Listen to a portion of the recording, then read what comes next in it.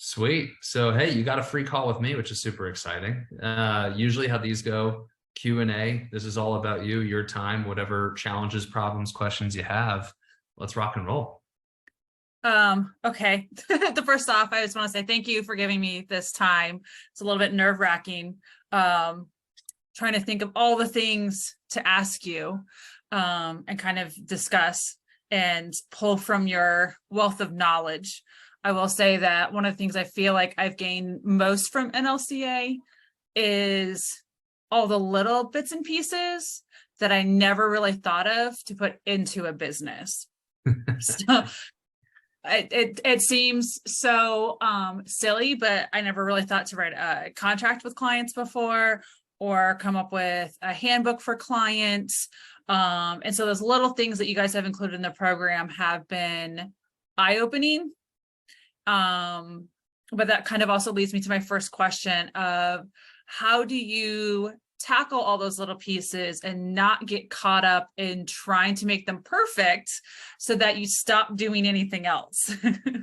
Yeah, 100%. It's a great question. Yeah, we try to put everything in the course, obviously, as you've seen. It's very long and detail oriented, but that can also cause a lot of overwhelm. And like you said, it can cause that question of like, where do I spend my time? The best answer that I have is it really depends on where you're at in your business right now. So if you can give me like the 60-second where the business is at, then I can help direct you on like, all right, you should focus on these 1 to 3 things. So right now I'm starting completely from scratch. Just got my ISSA certifications for health coach and nutrition. Working on the personal training part of that. I have 0 clients. I'm starting from ground zero, fresh, new. Beautiful. Great. All right. That gives me a lot of context. Okay. So we have those 4 phases in the 10K accelerator program. The first phase is act first. So this is contrary to what probably feels intuitively right. But when you just start a business intuitively, you're like, all right, got to get the LLC, got to get the business bank account, got to get the contracts, all the applications, the whole 9 yards. And the answer is yes, you do need to do those things. But where I really try to push new coaches is to get in the momentum of trying to start getting clients now while you're doing those things. Reason being is, and you're already kind of experiencing it, once you get into the weeds of like all the applications and the back end stuff, like you can get lost in there and like you can spend months and months and months in there, and then your head comes out and you're like, holy crap, I don't have a client yet. I don't even have a business yet. Cause like you don't have a business yet until you're making money, right? So Right. I really empower you to go against what probably feels natural and to really try to get clients while you're setting up all this stuff. Now, beauty is you have that first module, right? So intro, post, reaching out to the power base. Have we started those 2 things? Yes. I've started those 2 things, and I've been working with my one-on-one coach about how to fine tune those messages. I have a lot of people willing to share posts, like my page, direct other people to my page, but not actually getting people to convert that support into becoming a client. Okay, great. So you should spend disproportionately majority of your time on trying to convert those people to calls and closing those deals. That should be majority of your time right now. With the time that you have left, it's focusing on the back end little nuance stuff, right? So getting the LLC, getting the paperwork done, the business bank account, the systems module, getting all those systems in place, watching the tutorials, setting that stuff up. Are you an individual that like lives and dies by the calendar? Are you more of like a task list person? What is your preferred method there? I'm more of a task list. I found that I need to kind of just go through the one-on-one coach list that I get every week. And I just go, okay, Emily gave me this first. I'm going to do that first. And I'm going to focus on that and get that done. Then I'm going to do the second thing. Because I found that when I lost focus off that list, I quickly went down this rabbit hole of diversion and got lost very quickly. And then realized when it came to my next client meeting or coach meeting, I had only half my things done because I had traveled down this rabbit hole. So I found that for me, it's, you know what, I've got to stick to this task list and do the exact tasks that are given to me to be successful. Beautiful. I'm a taskless person too. So you and I, we get each other. We know each other. So what I would communicate, Emily Augustine or Emily Routon? Roughton. Okay, beautiful. So what I would communicate to Emily is I would say, hey, only give me like one or two of like the back end tasks to do like a week. Because if she's giving you majority back end tasks more so than the sales tasks, then you're being led to do those things. So I would tell her the opposite. You can tell her that I told you this. Just give me a couple of the back end tasks a week so that I can spend majority of my time on learning sales. Now, when I say learning sales, there's two parts to that. There's the actual execution, right? So sending out the messages, trying to get people on calls, doing the marketing, doing the posts. But the more important part for you right now is the learning of the sales. So like you said, you're working on different strategies with Emily. Really, really hone in on that aspect. How do I objection handle? Have I gone through the objection handling module? Am I practicing and doing role play with that? Am I working? Well, actually, next week, we're going to launch a sales boot camp. You should definitely be a part of that as well. That's going to give more people access to the sales coaching because right now you wouldn't qualify for the one-to-one sales coaching. Yeah. But boot camp, you should definitely be a part of. That starts on Monday. But yeah, getting back to what I was saying, it's the actual application of trying to get calls booked, but really where majority of your time should be is learning and studying and practicing the skill of sales. To put a bow on my point here, the people who do make $10,000 a month or even just go full time, from 0 to 10, it's really just, can I sell? That's like the only skill that you really need right now. Okay. And that's the skill I'm trying to work on. I've always been in sales. I've done it for, no, just wait, baby. Sorry. All good. I have a background in sales, but it was a little bit different when I was kind of doing it in the corporate world versus now doing it for my own business. And so I'm trying to get back into that feel without always feeling salesy. I felt like when I was in the corporate world, because I was trying to hit the numbers that corporate had set, that I just got very salesy. It was all about the pitch, and I'm trying to figure out how to more organically, which I just finished the organic, or in the middle of the organic marketing modules right now, is to organically kind of hit these people, because I still am trying to kind of make it too corporate-y and not personable enough, if that makes sense. It does. Here's what I'll say. I will say that not all corporate is bad. Not all corporate is good. The thing that corporate understands is it understands that sales is numbers. So you should definitely keep that as a part of like your routine. Like, what are the numbers I have to hit? How many messages do I have to send? How many calls do I have to get on the whole 9 yards? The part that corporate fails to understand is the human connection side, right? Like actually connecting person to person. And that's the part that we can fill in the gaps. And Emily Routon's great at that. So you should learn everything that you can from her, because she really knows how to connect with clients and prospective clients as well. So don't shut off everything that you've learned from corporate. If you don't have it already, I would write down all those numbers from the target module, and I would have that like on your desk every day and break it down to the daily targets that you need while you're mixing in the human element that you're learning from Emily. Okay. And that's one of the things I've been working better about is our end of day reporting, and going, okay, you know what? I need to not just focus on 1 or 2 of these points on my end of day. Like, I need to be focusing more on the whole picture. Because I feel like that's where I'm also struggling to get those clients, is that I tend to get very, very focused on 1 or 2 things, and then other things kind of, fade into the background and kind of get lost.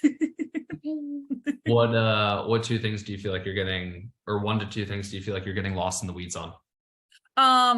The big one is the follow-ups. I will send the DMs, and I've sent hundreds of DMs and kind of failed to then follow up with anybody after they, really sent those DMs that didn't respond to me. I followed up with the ones that did, but then kind of let all the other ones kind of just fall off to the wayside. Yeah. And so Leah and I had a whole conversation about how to approach those people who don't respond to the initial message when it comes to DMing. Yeah, 100%. I mean, thinking about it in a corporate sense, you had this list that you messaged, right? And you followed up with the people who responded, didn't follow up with the people that didn't responded. You just cut your list in half, probably, or probably more than half, right? Because Right. not everybody responds. So when you think about it from that perspective and giving yourself enough opportunity, yes, you're going to want to make sure that you are following up with those people.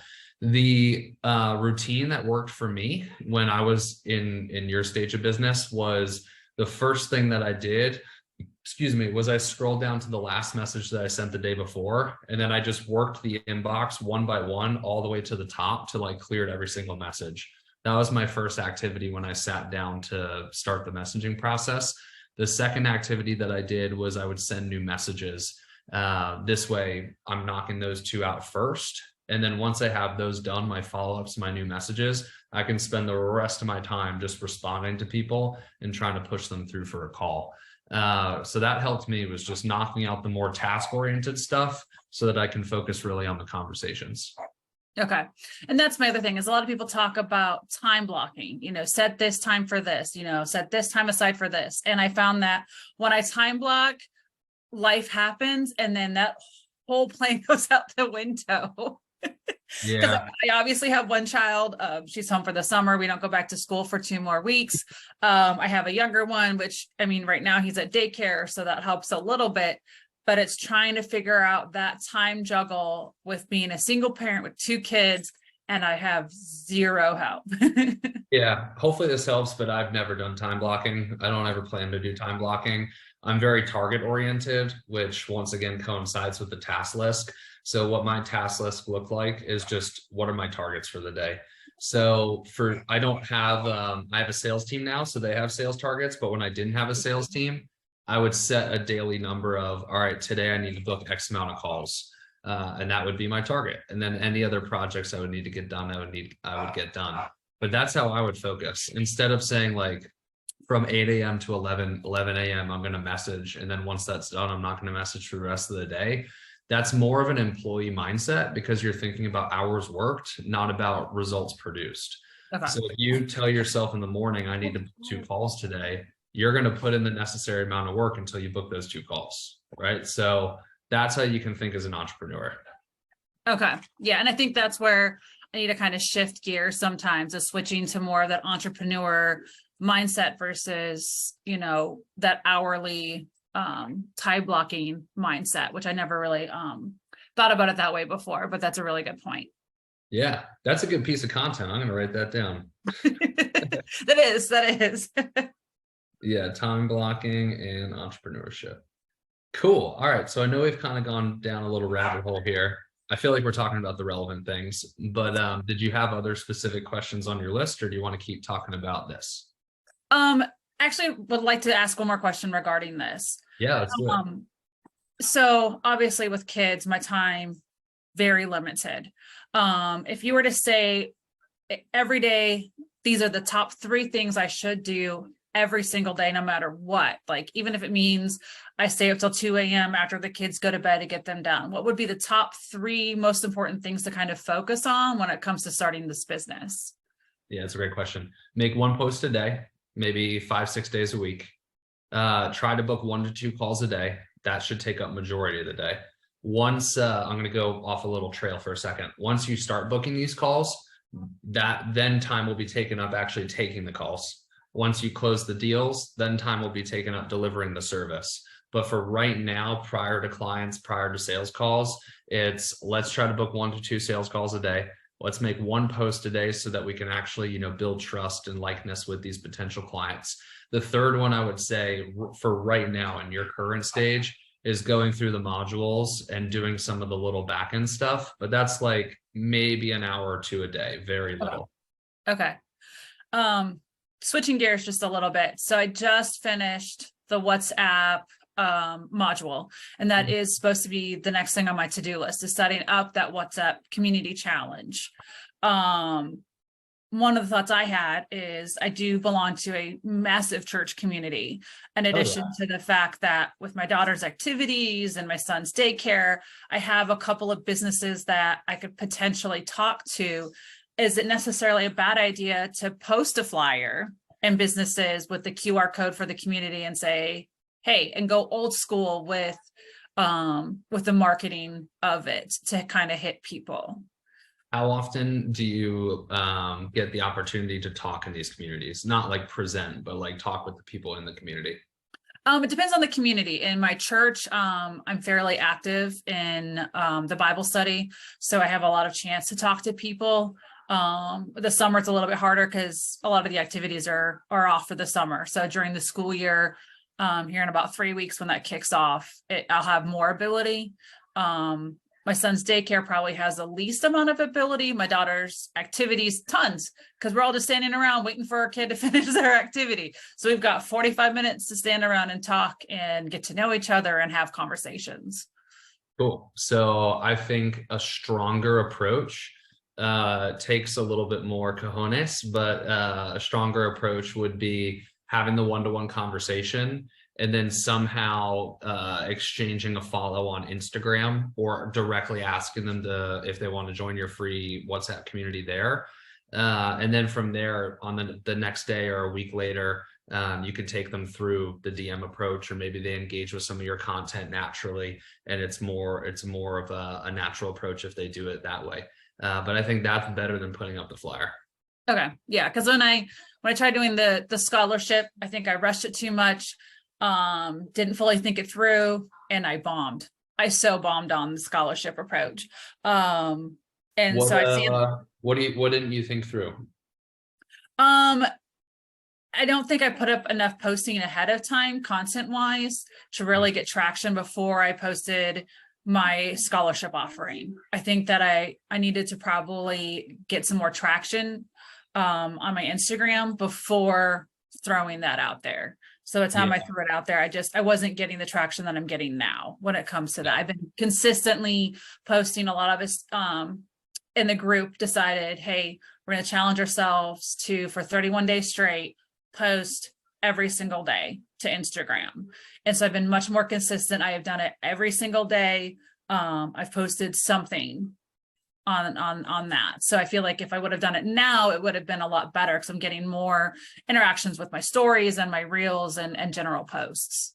Yeah. Usually in the beginning, the scholarship is good for the people that come in with like a strong base already. And then the intro post is good for individuals who are like you said, are starting at base level. But I mean, if you're just now posting consistently, is there any reason why you can't run the scholarship strategy now? No, I don't think so. Yeah, maybe take another crack at it. Okay. I think that's a really simple solution here. If you feel good about you have a lot more people on your page and they're engaging, let's take another crack at it. Okay. Yeah. Because I feel like now would be a lot more successful. Yeah, let's do that instead of, you can tell Emily everything I'm saying, but the WhatsApp strategy in terms of the challenge takes a lot of time and effort and energy, which is something that right now, like you said, you don't have a whole ton of. So the scholarship strategy doesn't take a ton of time. So yeah. I think you replace WhatsApp strategy with scholarship strategy now. Okay. Yeah. And that's the WhatsApp, because I know it's going to take more time and energy, and I want to make sure that I really utilize that properly. I've seen Lacey's WhatsApp challenge. I'm a part of the new one she just did recently, and seeing all that she pours into that, I'm like, oh my gosh, that's super overwhelming. I don't know if I can tackle all of that. Like, she's this rock star. Oh my goodness.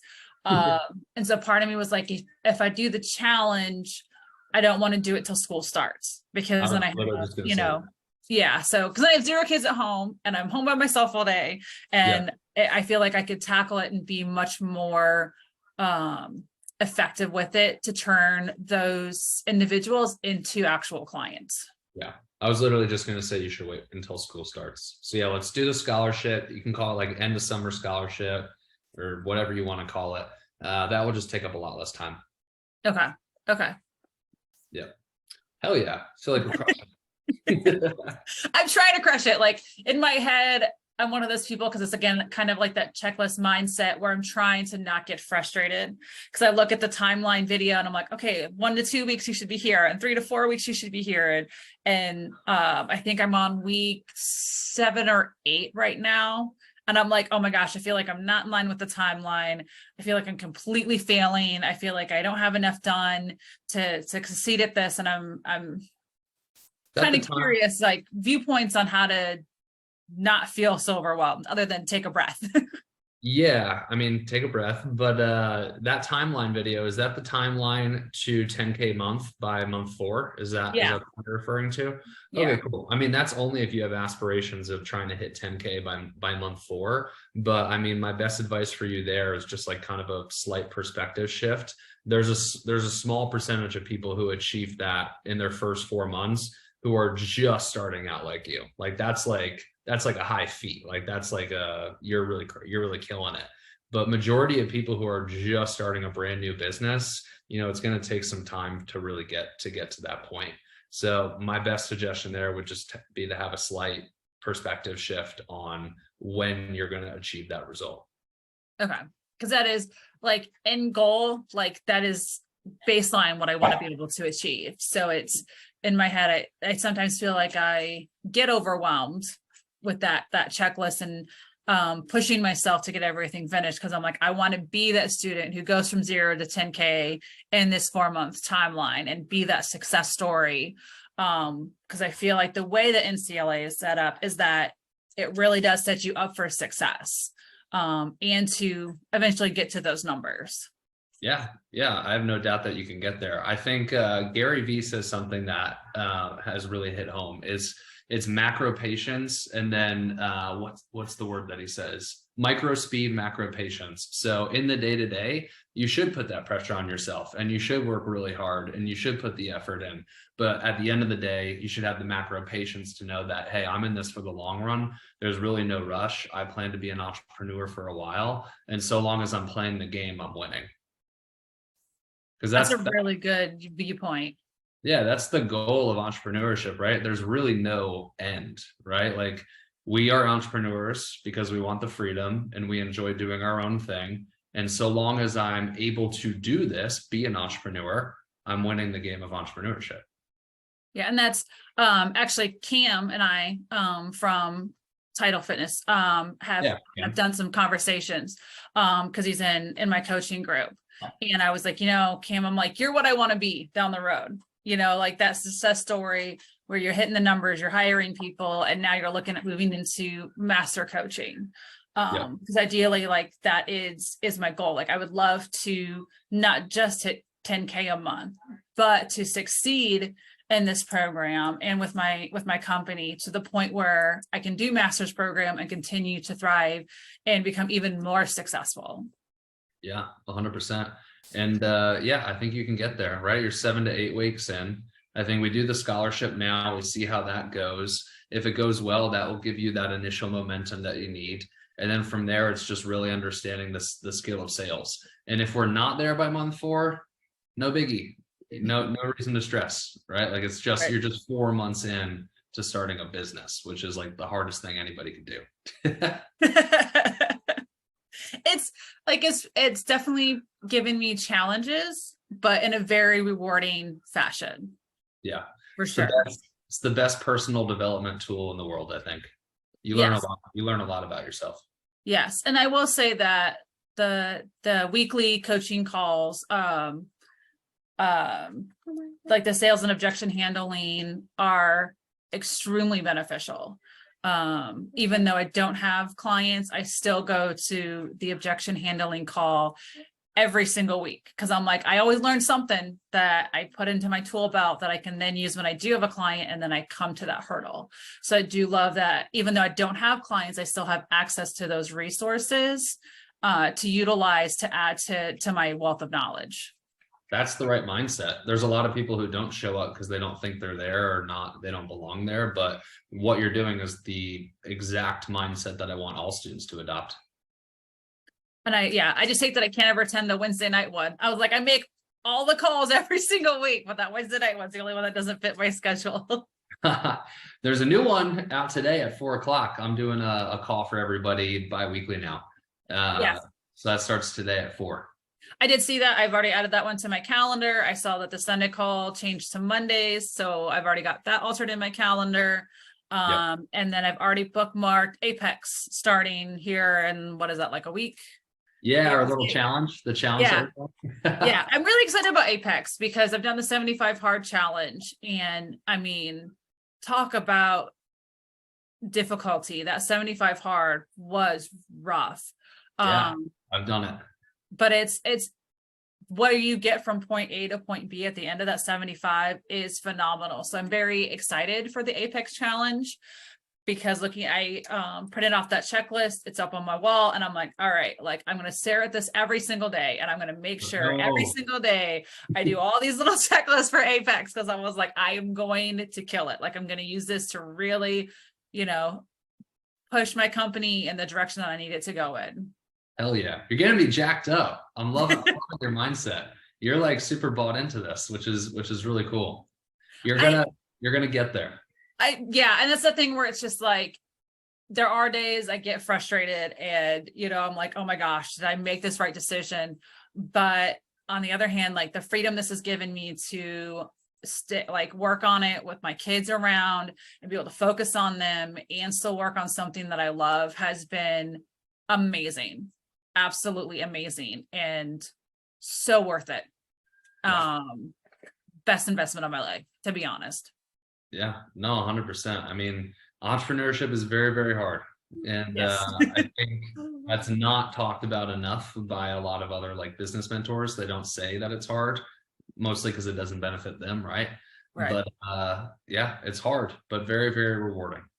100%. Yes. Yes. I want to make sure you get best use of your time. I know we got a couple of minutes here. Any other strategic questions that I can help you with?